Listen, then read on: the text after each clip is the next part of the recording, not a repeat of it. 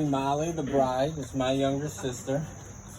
On behalf of the entire family, I would like to take this opportunity to invite Stephen Hope to my family. Welcome to the family. Under normal circumstances, a brother of the bride's speech is brief and concise, but I think we can all agree the circumstances surrounding this wedding are anything but normal. So tonight, I'm going to take you on a brief journey with a speech I've titled Right Now. On May 14th, 1985, a baby boy named Stephen James Hope was born in the beautiful town of Henderson, Kentucky. Henderson was a rural town just south of Evansville, Indiana on the Ohio River. A rural-class city of no more than 30,000 people, it was safe to say Stephen was a small-town boy with some big city dreams. A year and 2 months later, 350 miles due north of Henderson, Kentucky, a beautiful baby girl, Molly Marie Odding, was born. My apologies.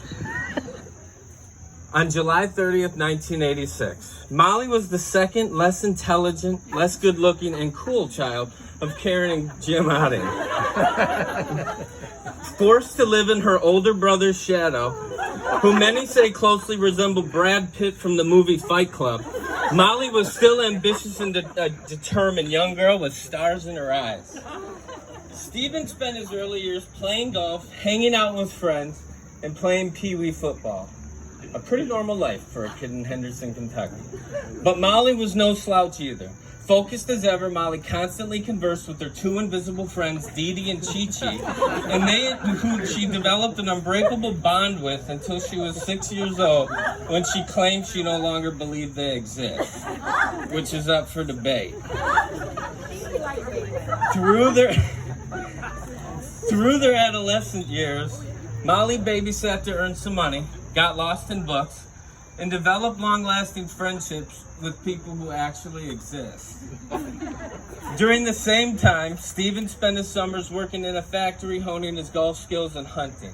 During their senior year of high school, Molly and Stephen made a decision that would change their lives forever. They both enrolled in Western Kentucky University, the home of the Hilltoppers.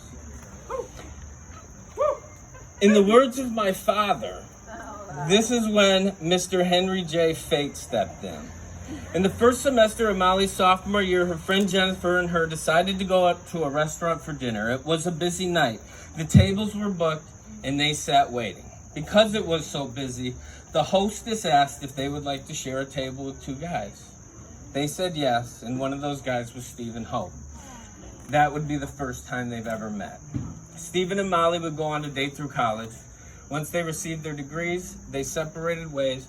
Molly came back to Chicago. Stephen stayed in Kentucky. Through their 20s, their careers developed. They transformed into ambitious adults. Stephen's days consisted of staring out the pristine rolling hills of Kentucky, perfectly manicured greens and fairways, while breathing in that fresh Kentucky air. Quite the opposite, Molly became a city girl, where she would gaze out over highly polluted Chicago beachfronts, stepping around and giving change to panhandlers, while breathing in the exhaust of diesel-fueled trains and CTA buses. Good old Chicago. Then fate stepped in again. Sometime around 2017, Stephen took a superintendent job at a golf course in the Chicagoland area. Uprooting his life, he purchased a house in Gurnee, Illinois, and made it his new home. One night as he laid his head on his pillow to rest, he thought back to his college days, and suddenly it hit him like a bullet shot from point blank range. Molly lives here. Stephen would reach out to Molly and the two would reunite. After a few years of dating, the relationship grew. Stephen asked Molly if he could have her hand in marriage. Molly said yes. Which brings me to right now. I'm getting a little sappy in my old age. So. Though Molly and Stephen grew up hundreds of miles apart and lived very different lives, they are supposed to be here right now. Through the struggles of the lows and the laughter of the highs, all of it's come together as it should. I feel blessed to be the person up here giving this speech. blessed to look at my sister and tell her I love her. Stephen, I hope we continue to build a relationship and can grow a bond as tight as brothers.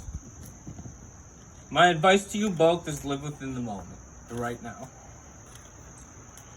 It's the only thing guaranteed in this life, so don't take it for granted.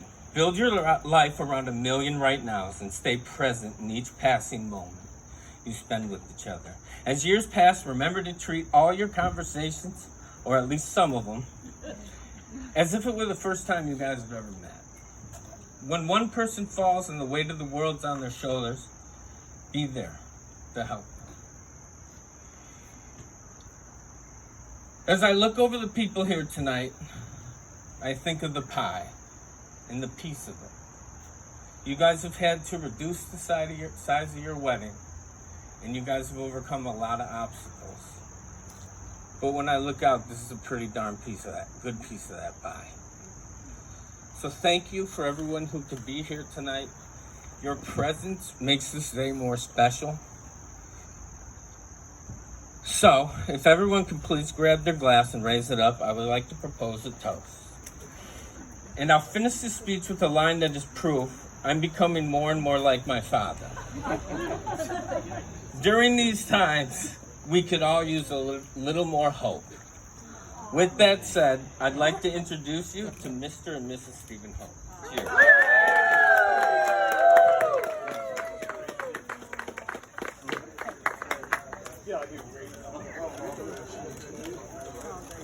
Good luck.